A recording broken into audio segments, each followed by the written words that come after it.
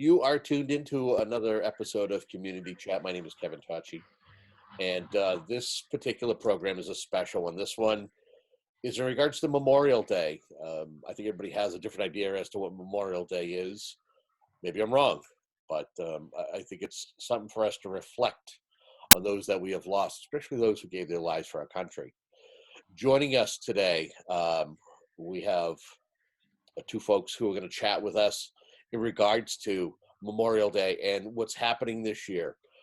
We have Reverend Kristy Coburn, and we have Ken Coburn. Thank you very much for joining me for a few moments to talk about this year's ceremonies that are taking place.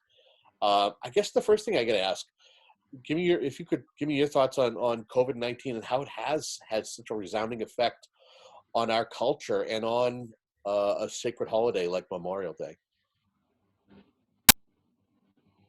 I think that the past couple of months have been somewhat of a roller coaster ride for so many people.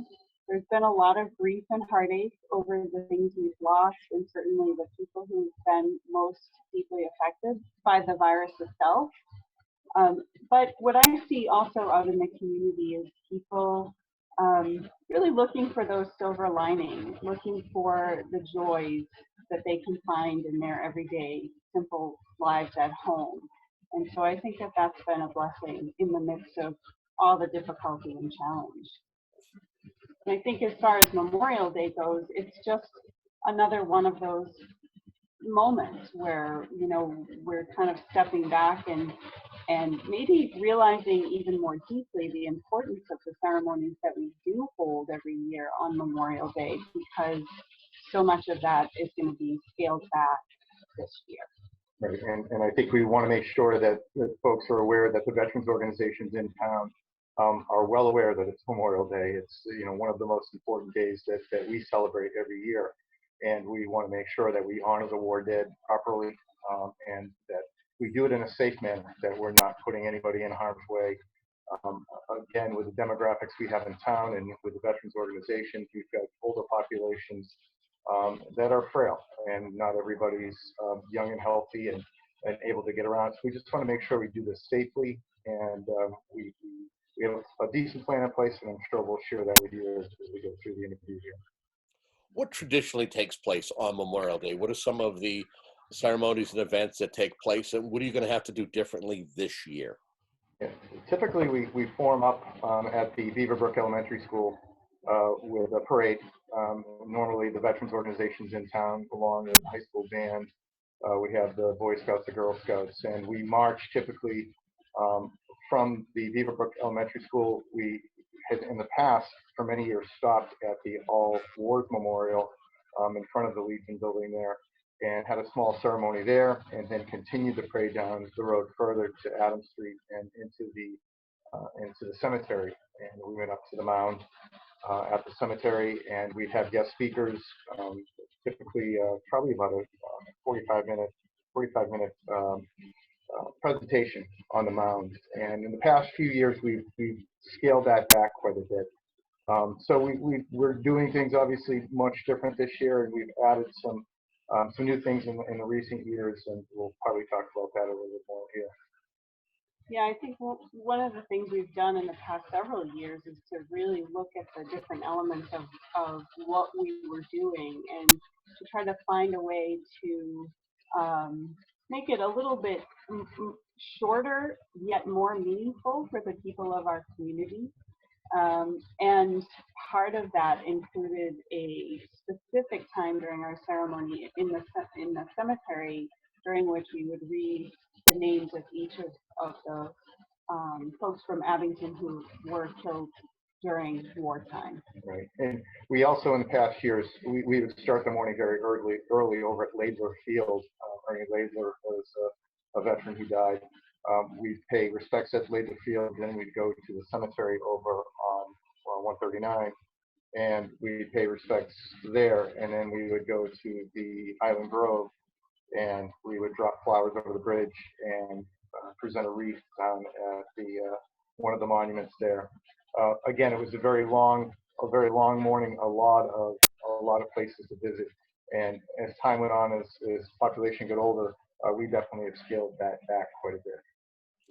How is it going to be different this year? What are you doing this year to remember those who gave the supreme sacrifice for our country? Well, this year, we're going to keep the ceremony incredibly simple, far more simple than anything we've ever done in the past, and hopefully anything we'll do in the future.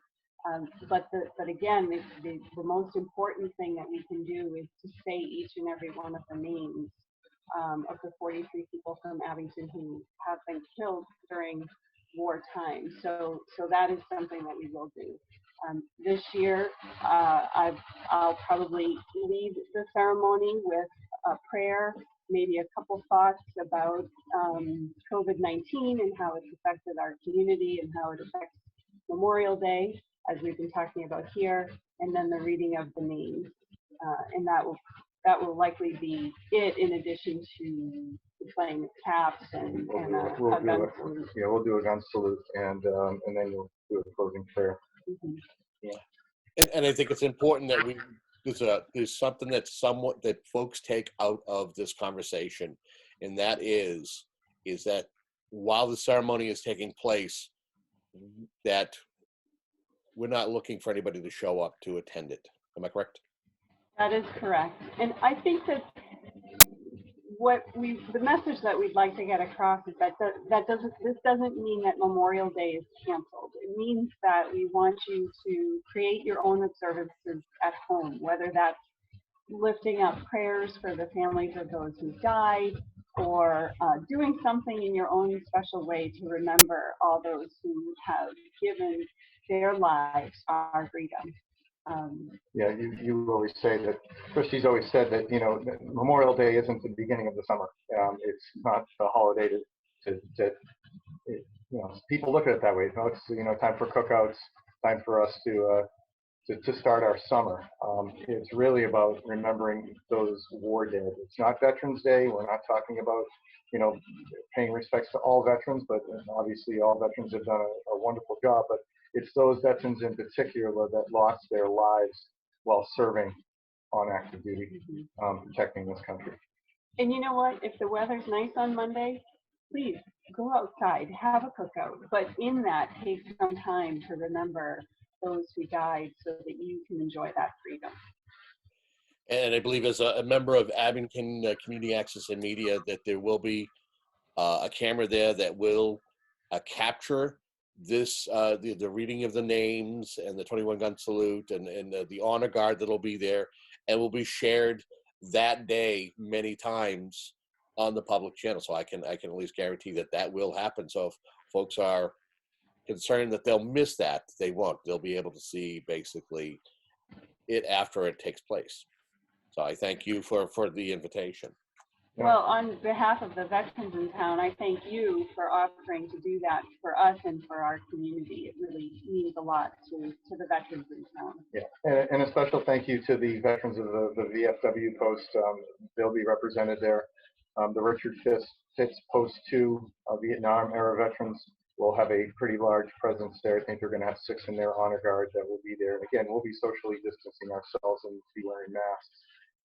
And again, my fellow comrades from the Abington American Legion, who will be taking time out of their day to come out and pay respects to the war dead. Anything that we can say in closing as we wrap up this conversation about Memorial Day, the importance and the changes at least for 2020? Well, I just would probably close by saying that even though the ceremonies are changed, the sentiment is still there. As we've said all along throughout this interview, even though we're scaling back and we're doing things differently, it's important for all of us to take time out during not just our day on Monday, but all year through to give thanks for veterans who gave up their lives for our freedom. No, and I echo everything that Kristy said. You said it well, and again, just families taking that time to stop and think just for a minute of what people have given for this country. Well, we will look forward to seeing you on Monday and capturing the ceremony at the Mount Vernon Cemetery. And we thank the folks who are tuning into this. And again, just if you will, remember Memorial Day for what it is. Those who have paid the supreme sacrifice, giving their lives for our country, serving while in service. Thank you for tuning in to another community chat.